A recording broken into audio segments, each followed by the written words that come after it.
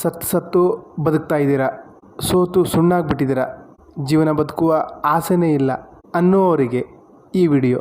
ನಾನು ಡಿಪ್ರೆಸ್ಡ್ ಆಗಿದ್ದೀನಿ, ಒಳಗಿಂದ ಛಿದ್ರ ಆಗಿಬಿಟ್ಟಿದ್ದೀನಿ, ಇನ್ನು ನನ್ನ ಕೈಲಾಗಲ್ಲ, ಸೋತು ಸುಣ್ಣಾಗ್ಬಿಟ್ಟಿದ್ದೀನಿ ಅಂತ ನೀವೇನಾದರೂ ಅಂತಿದ್ರೆ ಅದು ನಿಮ್ಮ ತಪ್ಪು ತಿಳುವಳಿಕೆ, ಭ್ರಮೆ.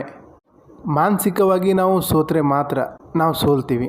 ನಾವು ಮಾನಸಿಕವಾಗಿ ಸೋಲು ಒಪ್ಕೊಂಡಿಲ್ಲ ಅಂದರೆ ಹೊರಗಡೆಯ ಯಾವ ಸೋಲು ನಮ್ಮ ಮೇಲೆ ಏನೂ ಪರಿಣಾಮ ಬೀರಲ್ಲ. ಅದೇ ನಿಮಗೆ ಜೀವನ ಬದುಕಬೇಕು, ಯಶಸ್ವಿ ಆಗಬೇಕು, ಒಳ್ಳೆಯ ಹಂತಕ್ಕೆ ತಲುಪಬೇಕು ಅಂತ ಇದ್ದರೆ ನಿಮ್ಮ ದಾರಿನ ನೀವೇ ಹುಡ್ಕೋಬೇಕಾಗತ್ತೆ. ಯಾಕೆಂದರೆ ಜನ ನಿಂದೆ ಮಾಡ್ತಾರೆ, ಟೊಂಟ್ ಹೊಡಿತಾರೆ, ಅಪಮಾನ ಮಾಡ್ತಾರೆ. ಅದರ ಪರಿಣಾಮನೇ ನೀವು ಡಿಪ್ರೆಸ್ಡ್ ಆಗ್ತಾಯಿದ್ದೀರಾ, ನನ್ನ ಕೈಲಿ ಆಗ್ತಾ ಇಲ್ಲ ಅಂದ್ಕೊಳ್ತಾ ಇದ್ದೀರಾ. ಇದು ನಿಮ್ಮ ಅಹಂಕಾರ. ನೀವು ಅವ್ರು ಹೇಳಿದ ಮಾತನ್ನು ಮನಸ್ಸಿಗೆ ತಗೋತಾ ಇದ್ದೀರಾ. ಇದು ನಿಮ್ಮ ಅಹಂಕಾರ ತೋರಿಸುತ್ತೆ. ನಿಮ್ಮ ಅಹಂಕಾರಕ್ಕೆ ಪೆಟ್ಟು ಬೀಳ್ತಾ ಇದೆ, ಅದಕ್ಕೆ ನಿಮಗೆ ನೋವಾಗ್ತಾ ಇದೆ. ಅದಕ್ಕೆ ನೀವು ಈ ರೀತಿಯ ಜೀವನ ಬದುಕ್ತಾ ಇದ್ದೀರಾ. ಒಳ್ಳೆಯ ಜೀವನನ ನೀವು ಬದುಕಬೇಕು ಅಂತಂದರೆ ನೀವು ಎಲ್ಲ ಮರಿಬೇಕಾಗತ್ತೆ, ಬದಲಾಗಬೇಕಾಗತ್ತೆ. ನಿಮ್ಮನ್ನು ನೀವು ಎಷ್ಟು ಬ್ಯುಸಿ ಮಾಡ್ಕೊಳ್ಬೇಕು ಅಂದರೆ ಬೇರೆ ಏನು ಯೋಚನೆ ಮಾಡಲಿಕ್ಕೂ ನಿಮ್ಗೆ ಸಮಯ ಇರಬಾರ್ದು. ನಿಮ್ಮ ಮೇಲೆ ನೀವು ಕೆಲಸ ಮಾಡಿಕೊಂಡು ಬೆಟರ್ ಆಗಬೇಕು, ಉತ್ತಮರಾಗಬೇಕು, ಯೋಗ್ಯರಾಗಬೇಕು. ಎಲ್ಲಿ ತನಕ ನೀವು ನಿಮ್ಮನ್ನು ಪ್ರಶ್ನಿಸಿಕೊಳ್ಳಲ್ವೋ, ನಾನು ಯಾಕೆ ಡಿಪ್ರೆಷನಲ್ಲಿರ್ತೀನಿ, ಬೇಜಾರಲ್ಲಿರ್ತೀನಿ, ಗೊಂದಲದಲ್ಲಿರ್ತೀನಿ, ಕನ್ಫ್ಯೂಸ್ ಆಗಿರ್ತೀನಿ, ಅಲ್ಲಿ ತನಕ ಬದಲಾವಣೆ ಬರಲ್ಲ. ನಿಮ್ಮ ಆತ್ಮ ಜೀವಂತ ಇದೆ, ನಿಮ್ಮ ಶರೀರದ ಆರ್ಗನ್ಸ್ ಎಲ್ಲ ಜೀವಂತ ಇದೆ.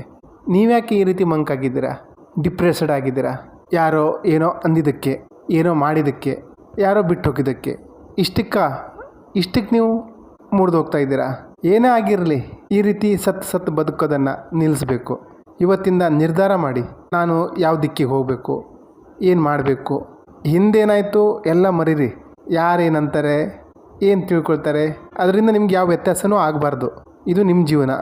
ಹಾಗೆ ನಿಮ್ಮ ಅಹಂಕಾರನೂ ಬಿಡಿ. ಇಲ್ಲಿ ಪರ್ಫೆಕ್ಟ್ ಯಾರೂ ಇರಲ್ಲ. ಎಲ್ಲರಿಗೂ ತಾನು ಪರ್ಫೆಕ್ಟ್ ಆಗಿದ್ದೀನಿ ಅನ್ನೋ ಭಾವನೆ ಇರುತ್ತೆ.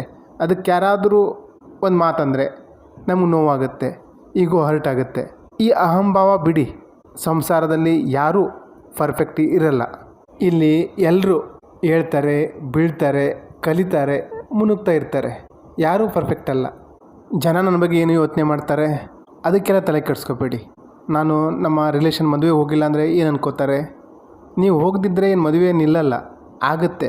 ಈ ಅಹಂಕಾರನ ಬಿಡಬೇಕು.